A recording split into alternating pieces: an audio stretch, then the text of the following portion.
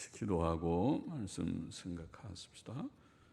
하나님 아버지, 이 시간도 하나님의 말씀 앞에 저희들이 또 앉아 싸우니 모든 가족들, 가정들마다 하나님께서 은혜 주시고 또 함께 읽은 말씀을 조금 묵상케 하시고 또 거기에 담긴 하나님의 진리와 교훈을 찾고 교훈을 받게 하여 주시고 또 하나님의 말씀이 우리에게는 영의 양식이며 믿음의 지식과 소망과 견고함이 되게 하여 주시고 또 우리가 이 험한 세상을 살 때 소망이 되며 또 말씀이 우리의 삶의 지침이 되고 빛이 되게 하여 주시기를 소원하며 부족하고 미천한 종에게 하나님의 말씀을 몇 마디 바르게 해석할 지혜와 힘을 주시기를 원하오며 감사하며 예수님의 이름으로 기도하옵나이다. 아멘. 아멘. 자, 요한계시록 20장 1절부터 6절 말씀을 우리가 좀 생각해 보십시다. 자, 요한계시록은 참 어려운 성경이고 그래서 목사들이 해석하기를 주저하는 그런 성경 중에 하나일 것이고 그 가운데서도 요한계시록 20장 1절부터 6절 그리고 그 이후에 몇 절은 천년왕국에 대한 내용으로 이 견해들이 3개 내지 4개의 견해가 있는 어려운 난해 구절입니다. 그래서 우리가 해석하는 데 조심스러움이 있습니다. 천년왕국이 무엇인가? 또 천년왕국이 있는가? 또 있으면 천년왕국은 어떤 성격의 왕국인가? 천년왕국에 대해서 3가지 견해 혹은 4가지 견해가 있습니다. 3가지, 4가지라는 말은 세 번째 제가 말하려고 하는 견해는 또 그 안에 내용적으로는 2가지가 있어서 그래서 2 견해로 또 좀 나뉘어 생각할 수도 있기 때문에 크게는 3가지 또 조금 더 나누면 4가지의 견해라고 할 수 있습니다. 우선 첫 번째 견해라고 할 수 있는 것은 천년왕국을 신약교회 시대로 보는 견해입니다.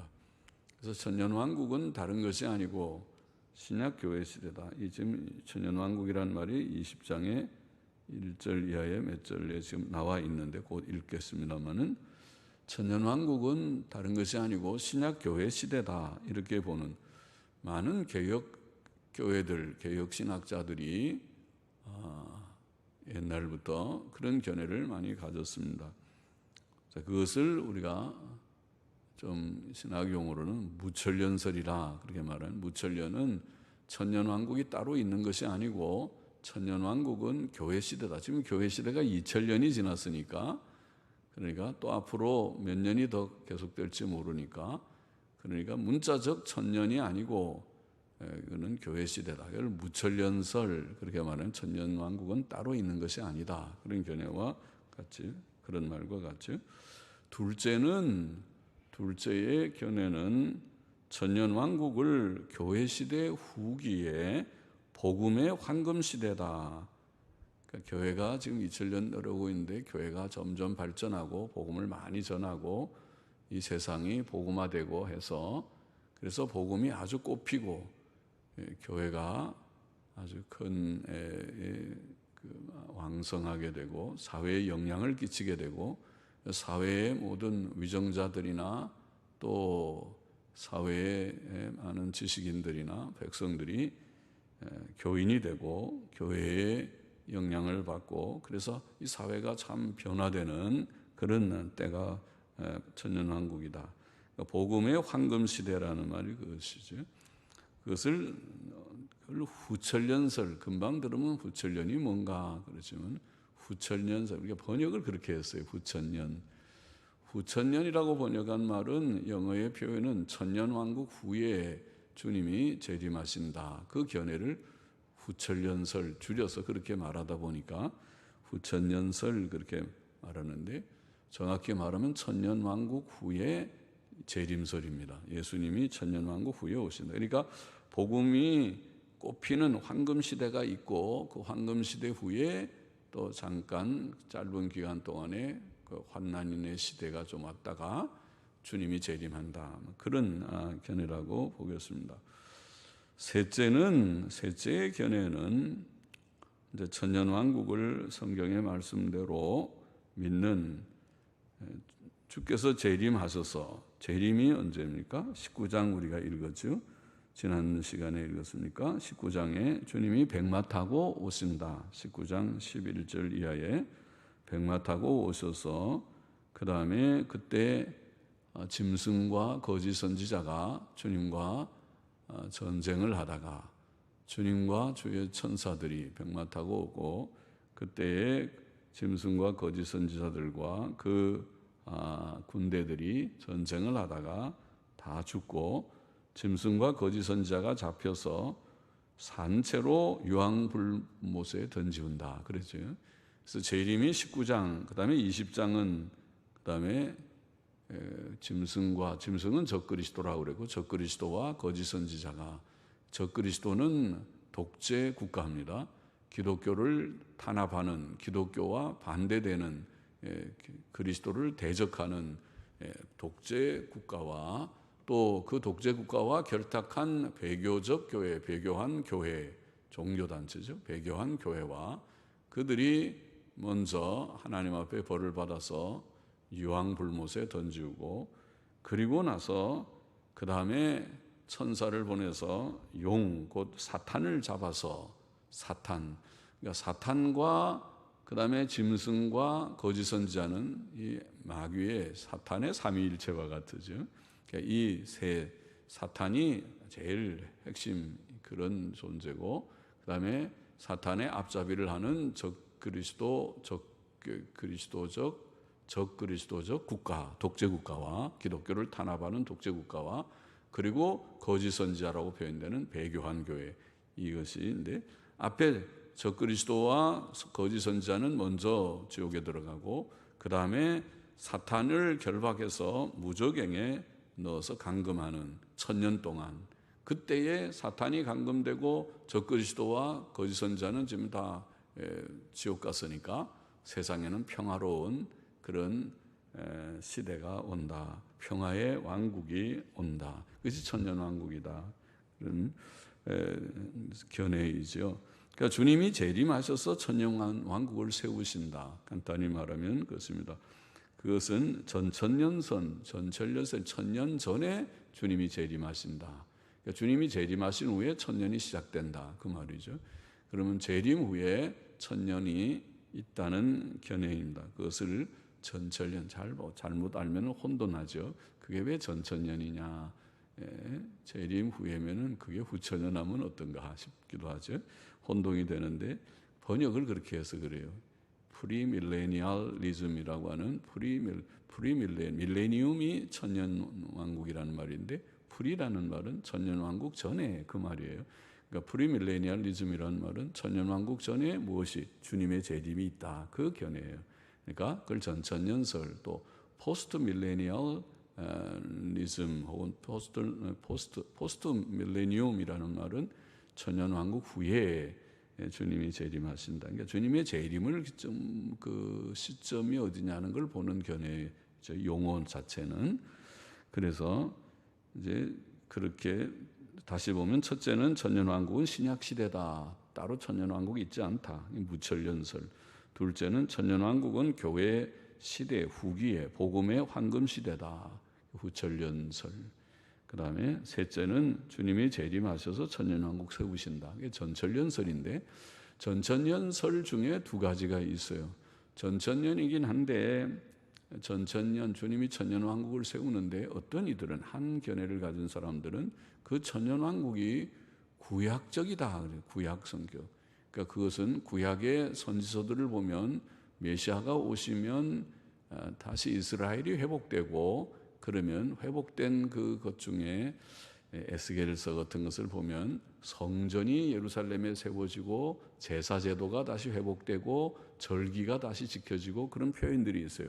그것을 문자적으로 그들이 해석해서 천년왕국이 구약적이다, 구약의 제도가 회복된다, 그렇게 생각하는 그런 정말 아주 문자적인 보수주의자들이죠.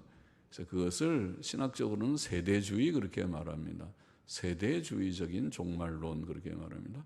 그런 세대주의적인 종말론을 가진 사람들이 있고, 전철연사 중에 또 두 번째 전철련 속에는 역사적 전철련, 그래서 세대주의까지는 가지 않고, 왜 그렇게 가지 않느냐면 신약 성경은 이미 구약이 완성된 것인데 주님이 다 십자가 사역으로 완성했는데 천년왕국에서 뭐 다시 제사제도가 회복되고 또 성전이 건립되고 그것은 아니라고 본다. 그렇게 신약 성경에 비달해서 천년왕국을 봐야 된다, 그렇게 보는 생각이죠. 그런 것을 역사적 전철련이라는 말은 아주 초대교회 중에 그런 천년왕국을 믿은 사람들이 몇 명 있어요. 초대 교부들 중에.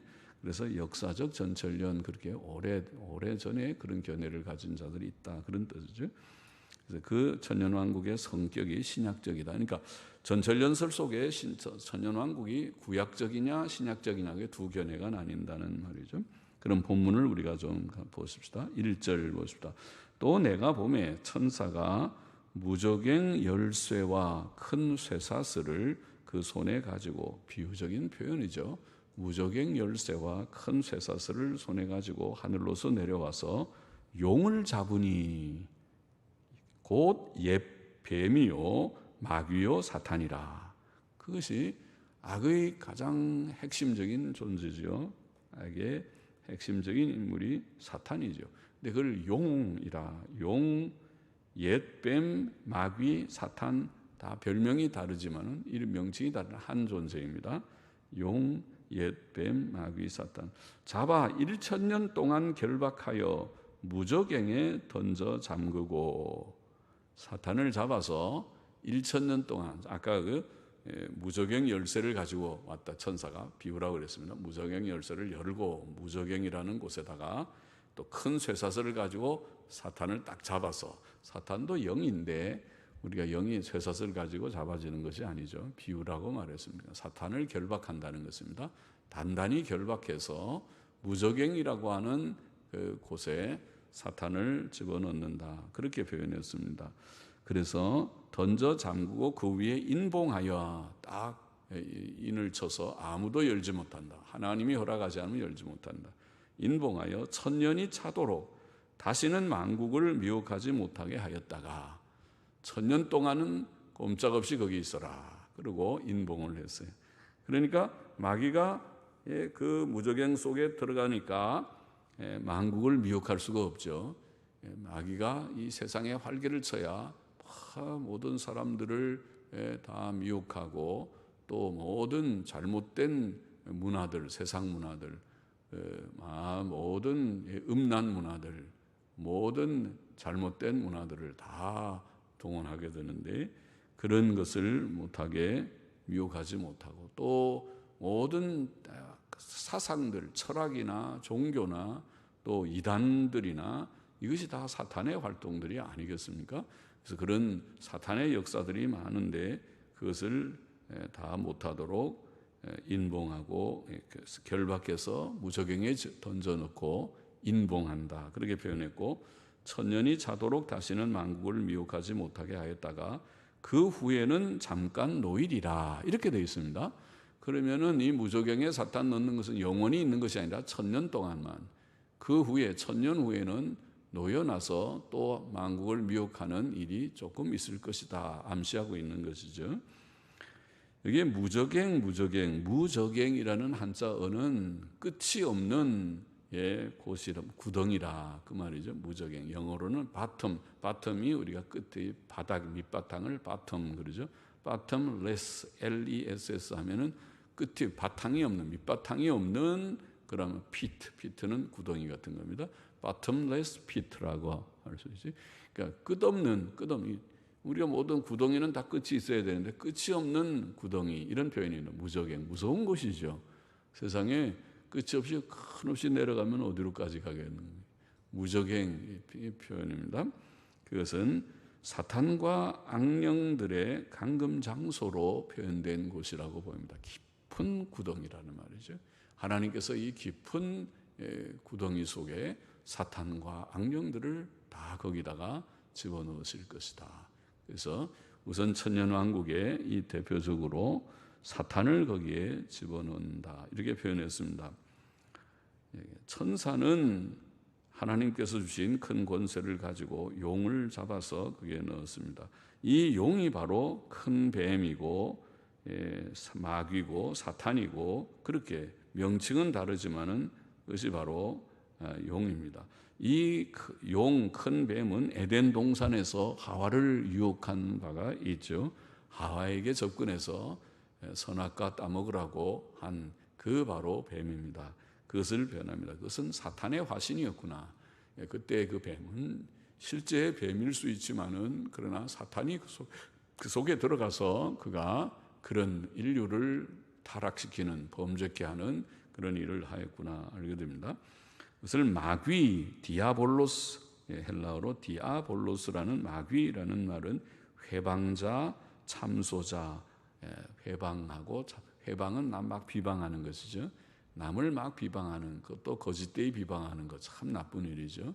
사람의 명예를 훼손하고 사람의 마음에 못을 받고 심령을 매우 상하게 만들고, 나쁜 말 들으면 그렇게 되는 거죠. 참 나쁜 일이죠. 사랑에 정반대되는 거죠. 이게 마귀가 하는 짓입니다. 마귀는 회방, 비방, 참소, 남을 헐뜯고 욕하고 거짓되이 그러려고 하는 것입니다.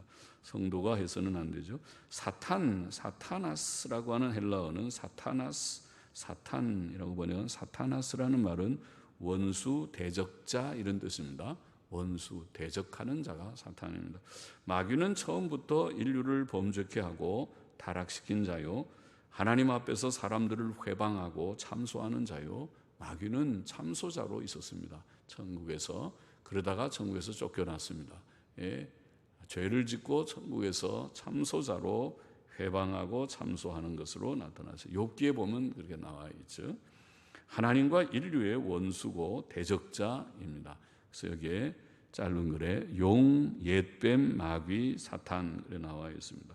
그런데 이 마귀를 결박해서 1000년 동안 무저갱에 가두고 거기서 나오지 못하게 하신 것입니다. 마귀는 1000년 동안 세상의 나라들을 미혹하지 못할 것이다, 그렇게 되어 있습니다. 세상의 나라를 미혹하지 못할 것이다. 그러면 지금은 사탄이 활동하고 있는가? 활동하고 있다고 보니까 교회 시대 전체를 가리킨다는 것은 조금 무리하다 생각이 들어요. 사탄의 활동을 우리가 정말 없다고 볼 수 있는 것인가? 그게 좀 무리하다고 보는 것입니다. 그러나 사탄의 간섭은 1000년 동안이고 1000년이 차면 반드시, 그 후에는 반드시 잠깐 노일이라, 그렇게 되어 있습니다. 어떤 이들은 이 마귀의 결박과 간금이 신약 시대에 예수 그리스도의 속죄 사역의 효력을 가리킨다고 보았습니다. 그것이 무천년설자들이 주로 주장하는 그런 주장입니다.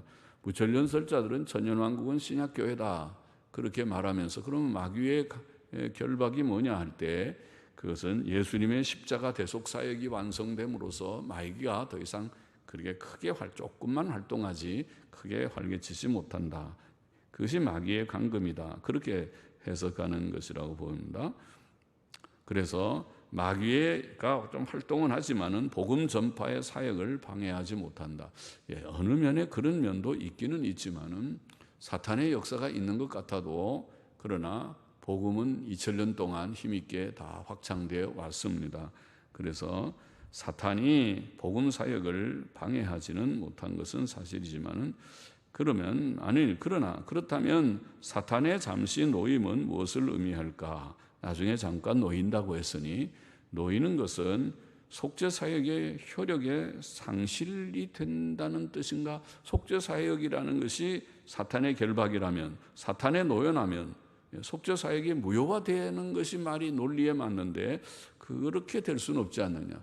주님의 속죄 사역이 중간에 무효가 되는 수는 없으니까 그렇다면 사탄의 결박을 신약 시대로 보는 것이 좀 무리하지 않느냐, 그런 생각을 하게 됩니다. 사탄의 결박이 신약 시대 전체로 보는 것은 바른 해석이라고 보이지 않는 것입니다. 그 이상의 어떤 뜻, 문자 그대로 사탄이 정말 결박되어서 활동하지 못하게 제압되는 그런 시대라고 봐야 하지 않겠는가, 그런 말입니다. 그것은 예수님의 재림으로 이루어질 것이라고 봅니다. 주께서 백마 타고 오셔서 적그리스도와 거짓 선지자를 패하신 후에 사탄을 1000년 동안 감금시킬 것이라고 보는 것이 본문에 가장 맞는 해석이 아니겠는가. 그래서 이 어려운 해석 본문이지만은, 그래서 역사적 전철연설이라고 우리가 말하는 천년왕국을 믿는 것이 옳은 견해가 아닌가, 그렇게 생각하게 되는 것입니다. 4절 5절로 넘어가 보십시다. 또 내가 보좌들을 보니 거기 앉은 자들이 있어 심판하는 권세를 받았더라. 또 내가 보니 예수의 증거와 하나님의 말씀을 인하여 목배임을 받은 자의 영혼들과 또 짐승과 그의 우상에게 경배하지도 아니하고 이마와 손에 그의 표를 받지도 아니한 자들이 살아서 그리스도로 더불어 1000년 동안 왕노릇하니, 1000년 왕국이란 말이죠. 살아서 그리스도로 더불어 1000년 동안 왕노릇한다. 그 나머지 죽은 자들은 1000년이 차기까지 살지 못하더라. 이는 첫째 부활이라. 끝까지 보십시다. 사도 요한은 몇 가지를 여기서 보았습니다. 첫째, 우선 그는 보좌들을 보았습니다. 보좌들을 보니, 보좌는 보통 그냥 의자보다는 조금 더 권위 있는 그런 의자입니다. 재판관들이 앉는 의자 같은 의자의 모습입니다. 보좌는 재판하는 권세를 상징한다고 보입니다. 사람들이 그 보좌에 앉아 있었습니다. 그 앉아 있는 자들이 누구인지 분명하지 않지만 원문에는 그리고 그들은 그것들 위에 앉아 있었다라고 되어 있습니다. 아마 그들은 첫째 부활에 참여하고 그리스도로 더불어 1000년 동안 왕노릇할 모든 성도들을 가리킬 것입니다. 그래서 여기 다음에 나오는 그리고 그들은 그것들 위에 앉아 있었다. 그들은 누구냐? 곧 부활한 첫째 부활이라고 말하는 4절 5절 전체를 읽어본 그 부활한 자들, 그들은 그리스도와 더불어 1000년 동안 왕노릇할 모든 성도들, 그들이 보좌에 앉은 것은 심판하는 권세를 가졌다는 뜻이겠습니다. 심판하는 권세를 받았다. 이게 심판하는 권세라고 번역하는 것은 보통은 심판이라고 번역하는 말이지만, 크리마라는 말은 그냥 심판이라는 말이지만 문맥상으로 그들이 심판을 받았다, 그 말은 심판하는 권세를 가리킨다고 보는 것이 헬라어 사전이나 또 그래서 영어 번역 쉽게 번역한 NIV 번역이라고 하는 영어 번역에는 아예 심판하는 권세라고 그렇게 번역하기도 했습니다. 심판하는 권세를 받았다고 봅니다. 또 사도 요한은 보기를 예수님의 증거와 하나님의 말씀을 인해 목배임을 받은 자들의 영혼들을 보았습니다. 그것은 순교자들을 가리키는 표현일 것입니다. 물론 그들도 심판의 권세를 받고 보좌들에 앉은 자들 중에 포함될 것입니다. 그 승리한 성도들 가운데 순교자들도, 목배임을 받았던 순교자들도 있을 것입니다. 또 사도 요한은 짐승과 그의 우상에게 경배하지 않고 그 이마와 손에 표를 받지 않았던 자들을 보았습니다. 그것은 모든 진실한 성도들, 순교자들을 포함해서 모든 진실한 성도들을 가리키고 그들이 다 심판의 권세를 가지고 보좌에 앉아 있는 자들이라고 봅니다. 적그리스도의 활동들은 초대교회와 중세교회를 거쳐 신약교회의 역사상 항상 있어 왔고 주 예수 그리스도의 재림 직전에는 더욱 절정적으로 있을 것입니다. 우리가 지금 얘기한 대로 요한계시록 6장부터 19장에 나오는 소위 환란 시대라고 말하는 일곱 나팔 일곱 대접의 환상으로 여기에 기시되어 있는 이 환란 시대는 바로 사탄과 적 그리스도와 거짓 선지자가 활동하는 그런 시대를 묘사했죠. 그래서 교회 역사 속에서도 그런 일들이 초대교회에도 로마 황제들을 통해서 또 많은 거짓된 이단 종파들, 또 특별히 중세 교회를 통해 천주교회를 통해서 그런 역사들이 종종 있어서 이때가 그때인가 하고 질문하게 되었었습니다. 그러나 예수 그리스도의 재림 직전에는 절정적으로 그런 일이 있을 것이다. 그러나 이런 적그리스도의 활동도 있지만은 적그리스도의 세력에 복종하지 않고 신앙의 정절을 지킨 자들도 초대교회부터 교회 역사상 항상 있어 왔습니다. 초대교회에도 순교자들이 있었습니다. 순교한 성도들, 일반 신도들도 많이 있었습니다. 그리고 마지막 때에도 그러할 것입니다. 마지막 배교의 시대에도 또 큰 핍박과 어려움이 있지만은 그러나 믿음 지키는 자들이 없지 않을 것이다. 또 그 다음 구절에 보면 그리고 그들은 살아서 그리스도와 함께 1000년 동안 왕노릇하니, 원문을 직역하면 그런데 그리고 그들은 살아서 그리스도와 함께 1000년 동안 왕노릇하니. 자, 앞에 언급한 여기에 그들은 앞에 언급한 모든 성도들을 가리킨다고 봅니다. 예수 그리스도로 말미암아 구원받은 모든 성도들은 다 부활하여 예수 그리스도와 함께 1000년 동안 세상을 통치하게 될 것이라고 보입니다. 이것이 다음 절에 언급된 첫째 부활입니다. 그 나머지 죽은 자들은, 본문에 계속 읽어보면 그 나머지 죽은 자들은 만일 앞에 언급된 자들이 순교자들만 묘사한 것이라면 그 나머지 죽은 자들은 예수님 믿는 나머지 사람들을 가리킬 수 있을 것이지만 앞에 언급된 자들이, 그들이 살아서 하는 그들이 예수님 믿는 모든 성도들을 가리킨다고 보기 때문에 그 나머지 죽은 자들은 그렇다면 불신자들과 악인들을 가리킨다고 보입니다. 즉, 이 구절은 이 마지막에 20장에 있는 6절의 구절입니까? 이 5절의 말씀, 이 구절은 의인의 부활과 악인의 부활을 구별한 것이라고 보입니다. 의인의 부활이 먼저 있고 그 다음에 그 나머지 죽은 자들은 하는 말은 악인들의 부활을 구별한 것이라고 보입니다. 그것이 이제 전철련의 견해의 해석입니다. 전철련 견해는 부활이 둘로 쪼개진다. 먼저 주님이 재림할 때 의인들이 부활하고, 그건 성경이 보이니까 데살로니가전서 4장 15절 이하에서 우리가 읽은 바도 있고, 그렇게 부활하고 변화를 받고, 살아있는 자는 변화를 받고, 그리고 악인들은 천년왕국 후에 부활하게 될 것이다. 그래서 심판에 들어가게 될 것이다. 그런 마지막 최종적인 심판은 천년왕국 후에 있다. 이것이 이제 전철련설의 견해죠. 그게 물론 어려운 점이 없지 않지는 않습니다. 이렇게 의인의 부활과 악인의 부활을 구별한 것이라고 보고, 고린도전서 15장 23절 24절에 사도 바울의 서신에서도 그와 좀 비슷한 말씀을 찾아볼 수 있습니다. 거기에 보면은 부활을 말하면서 각각 자기 차례대로 되리니 먼저는 첫 열매인 그리스도요, 그리스도의 부활이 첫째고, 그 다음에는 두 번째는 그리스도 강림하실 때 그에게 붙은 자요. 그렇죠? 성도들의 부활이죠. 주님이 데려오시는 성도들의 부활이에요. 그 후에는, 이 말이 그 후에는 나중이니 저가 모든 정사와 모든 권세와 능력을 멸하시고 나라를 아버지 하나님께 바칠 때라.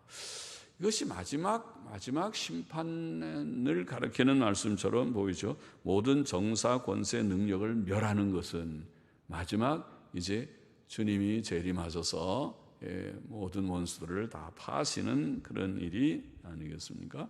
그래서 그것을 멸하시고 나라를 아버지 하나님께 바칠 때라. 그러면 여기에 이 나라는 천년왕국이 그때 있다고 생각하면은 천년왕국 후에 이제 하나님의 주께서 다 악의 세력들을 다 멸하시고 나라를 아버지께 최종적으로 바치는 영원한 나라 천국으로 들어가는 그런 것을 가리키는 말씀이 아닌가, 그렇게 보면 오늘 천년왕국과 비슷한 그런 말씀을 하신 것이다. 부활의 단계가 있다. 첫째는 그리스도, 그 다음에는 예수 믿는 성도들, 그리고 그 후에는 마지막 나중에 부활이 있다.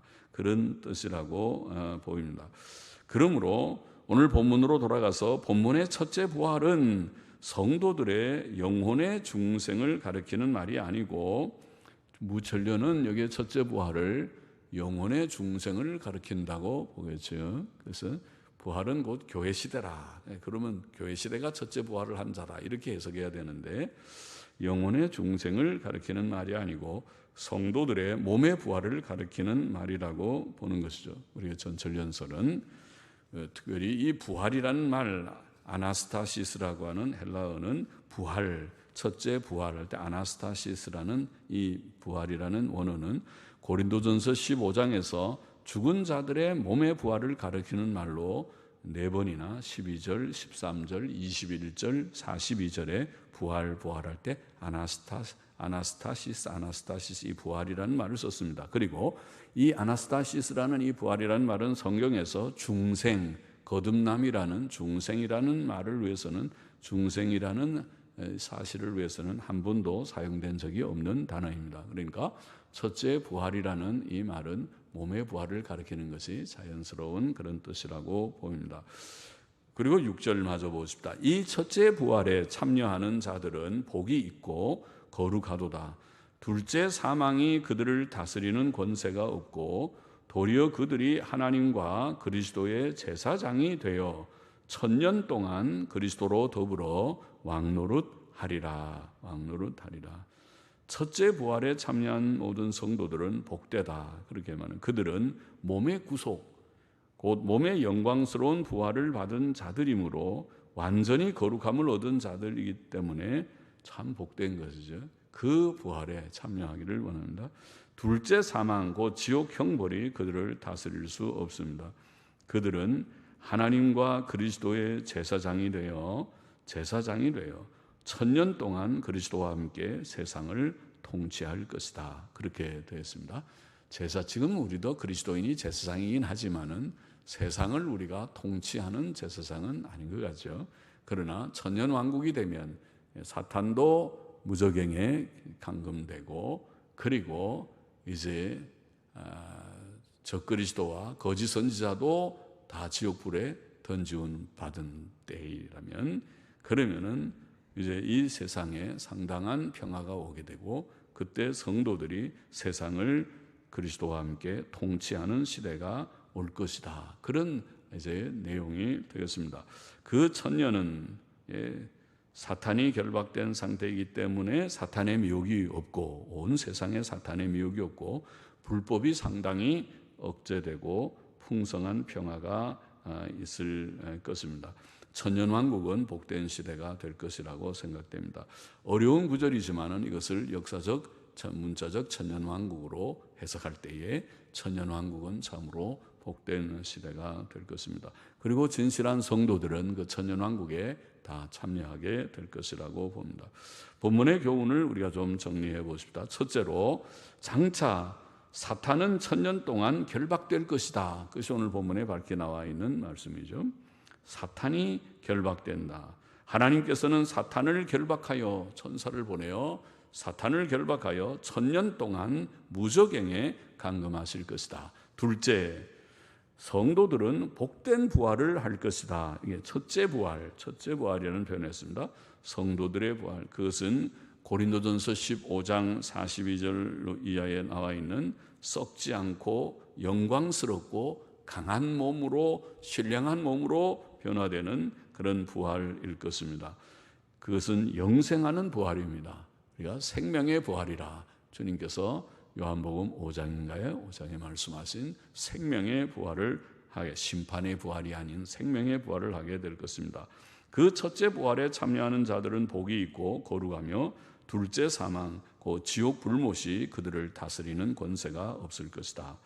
그리고 셋째로 오늘 본문에 부활한 성도들, 지금 이 첫째 부활에 참여한 성도들은 장차 주 예수님의 재림 후에 그와 함께 세상을 심판할 것이며 심판 권세를 가졌다고 표현하고 있고, 또 주님과 함께 1000년 동안 왕노릇할 것이다, 그렇게 표현했습니다. 세상을 심판하는 권세, 또 1000년 동안 왕노릇하는 권세, 4절 말씀에 우리가 읽었죠.